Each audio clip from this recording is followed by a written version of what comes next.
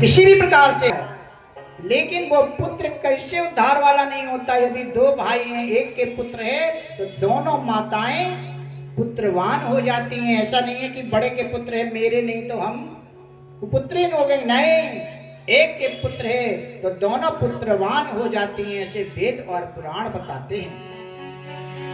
ये लेकिन हमें पुत्र की प्राप्ति करना चाहिए। आत्मदेव बड़े दुखी हो रहे हैं कि हमारे कोई संतान नहीं है, चौथापन आ रहा है, मैं क्या करूंगा बुढ़ापा में।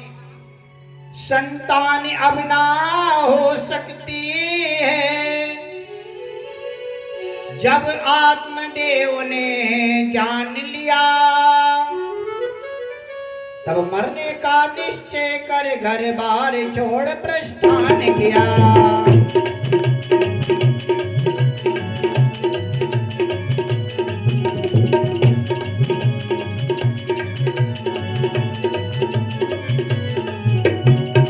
जब जान गए हमारे पुत्र नहीं हो सकता तो कहने लगे अब जीवन बेकार है।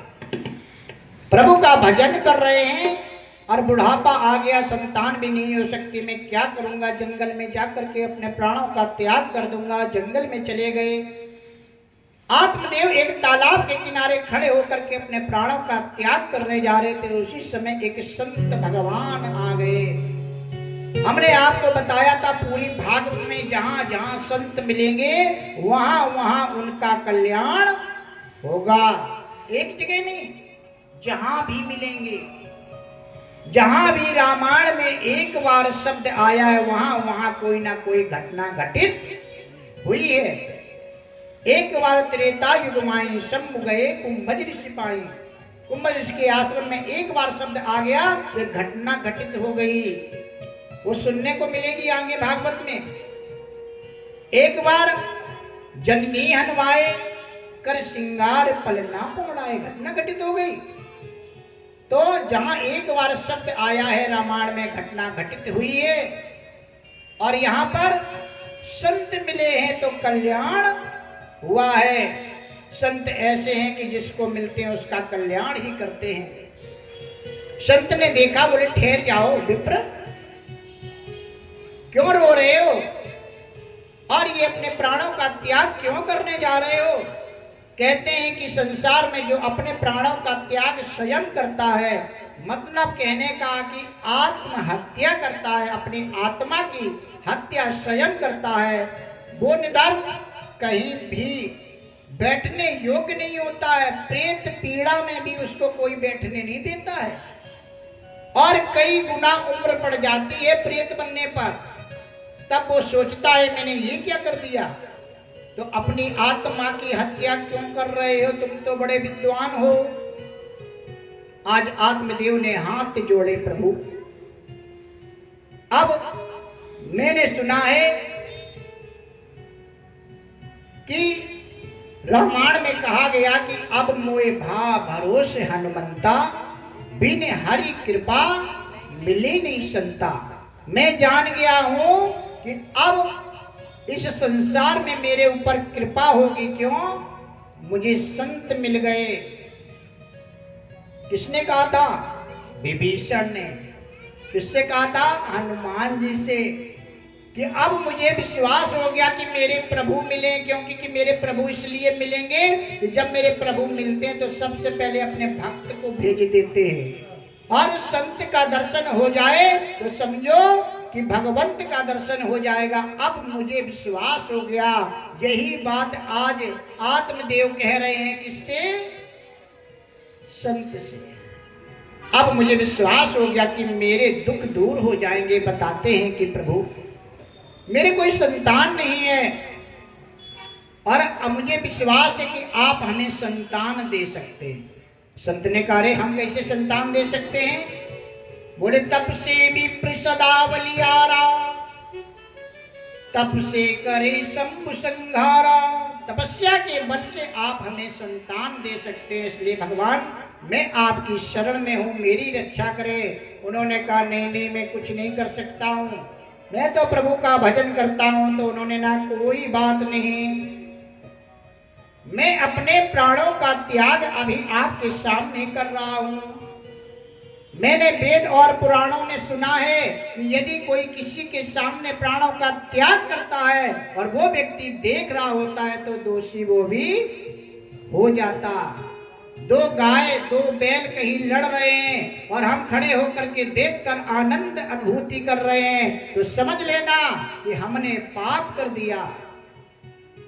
दो गाय और दो सांड लड़ रहे हैं, आप उनको अलग करें, उनकी लड़ाई को रोकें, अन्यथा आप दोषी हो गए हैं। संत ने कहा, अरे ब्राह्मण देवता, आप ये क्या कर रहे हैं? के ब्रवीणीर से दुखम पूर्व पापे निसंचितम गदीया पूर्वजास्तोयम कवोष्णमुपभुज्यते। आज आंख बंद करके संत ने देखा, बोले ठहर जाओ मैं देखता हूं क्या कारण है। देखा तो कहने के, अरे आत्मदेव, मैं एक जन्म की क्या कहूं, तुम्हारे तो 7 जन्म तक कोई संतान नहीं है। मैं इसमें क्या कर सकता हूं? ये तुम्हारे पूर्व जन्म के पाप हैं। हम जो इस समय कर रहे हैं ये मेरे पाप और पुण्य नहीं। एक बच्चा पैदा होता है तो एक कुंडली बन जाती है, उसमें ग्रह बैठ जाते हैं और वो ग्रह बताते हैं पूरे जीवन की तुम क्या करोगे, तुम्हारे साथ क्या घटना घटित होगी। और अच्छे ज्योतिषी होते हैं वो उसी को देख देख करके बताते हैं कि तुम्हारा एक्सीडेंट होगा, तुम्हारी नौकरी लग जाएगी, तुम्हारे पुत्र होगा या पुत्री होगी। क्यों?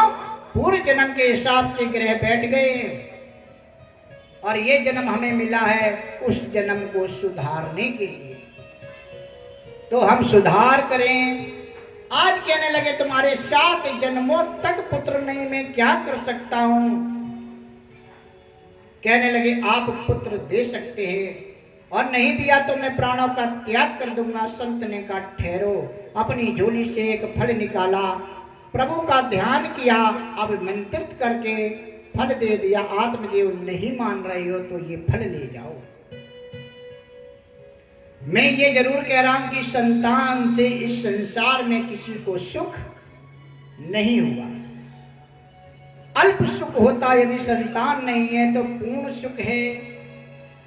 मैंने कई वर्ष पहले 2000 में एक पुस्तक में, डॉक्टरी की पुस्तक में पढ़ा था कि बेटी मरे तो महासुख होई और बेटी बचे तो महादुख होई। ऐसा पढ़ा था कि बेटी होते ही मर गई तो परम सुख हो गया और बेटी यदि बच गई तो महादुख। एक माँ बेटी की विदाई करती है शादी करके तो उस कहती में जिम्मेदारी से पूर्ण हो गई, अब कथा सुन लेते हैं। क्या वो पूरी हो गई? बेटी जिस समय दुखी होगी तो कहां पर आएगी? अपनी माँ के यहाँ मैके में जाएगी। वो मैका इसलिए कभी छोड़ती नहीं कि संसार में यदि मैं कहीं ठुकराई गई, मुझे दुख मिला तो मैं अपने मैके चली जाऊंगी।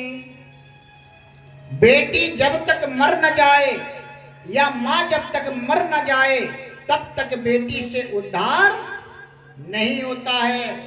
बेटी को कोई सताई गई है, मैके में आ जाती, वहां से केस तक माँ लड़ती है, पिता लड़ते हैं, कहां से उद्धार हो गया। और पुत्र से उद्धार ही उद्धार हो। कमाने खाने लगा, दुल्हनिया हो गई, लेके टरक लिया, बगल में मकान बना लिया, तुम मरो या जिंदा रहो, उद्धार। लेकिन बेटी से कभी उद्धार नहीं होते। बेटी से कब उद्धार होंगे? जब वो मर जाए या स्वयं मर जाओ, तभी बेटी से उद्धार है। कहने लगे कि किसी को सुख नहीं संतान से हुआ, तुम क्यों दुखी हो रहे हो?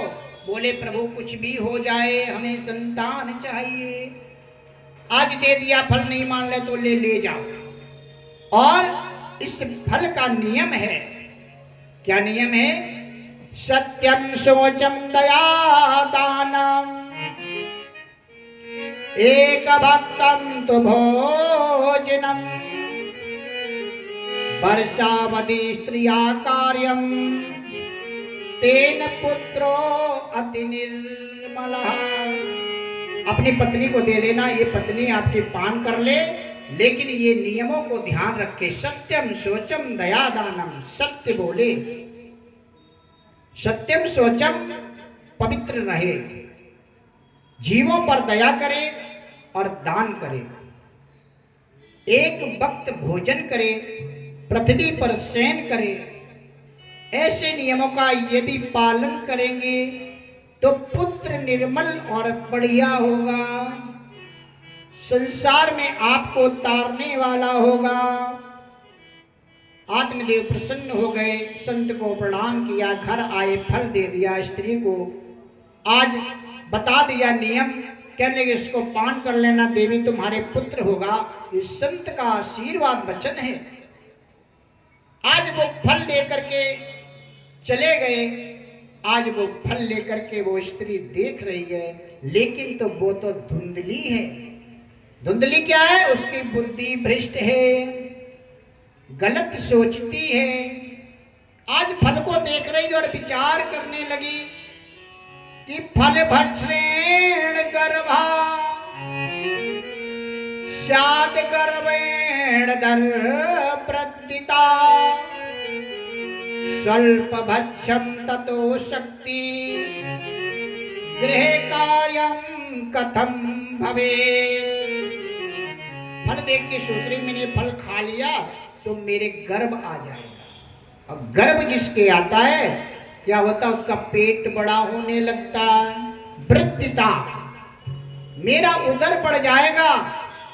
फिर जब मेरा पेट बढ़ेगा तो जिन मैया लोगों के संतान हुई वो जानती है कि उनको भूख कम लगती है, और जब भूख कम लगेगी, मैं कम खाऊंगी तो क्या होगी, दुर्लभ हो जाऊंगी। जब दुर्बल हो जाऊंगी तो क्या करूंगी, मैं शक्ति विहीन हो जाऊंगी। मेरे जब शक्ति नहीं रहेगी शरीर में तो हमारी नंद रानी आके सामान ढो ले जाएंगी, और जब थोड़ा थोड़ा सामान ले जाएंगे तो मैं उसकी रक्षा नहीं कर पाऊंगी। ये विचार आ रहे उसके मन में। चलो ये कार्य हो भी गए। त्रियचतेदागतो गर्भे इसदा में मरणम भवेत प्रसूतौ दारुणम दुखम सुकुमारी कथम सहे। कहते कि मैंने सब भोग कर लिया, ये फिर भी जब संतान होगी तो कहते कि महा दुख होता है। यहाँ थी कि मरणम भवेत, माता के प्राण भी चले जाते हैं। अगर ऐसा हो गया मैं मर गई तो ऐसे पुत्र को जन्म दे करके मैं क्या करूंगी। आज ऐसे विचार कर रही है। चलो ये सब भी हो गया तो मैंने सुना है कि लालने पालने दुखम प्रसूता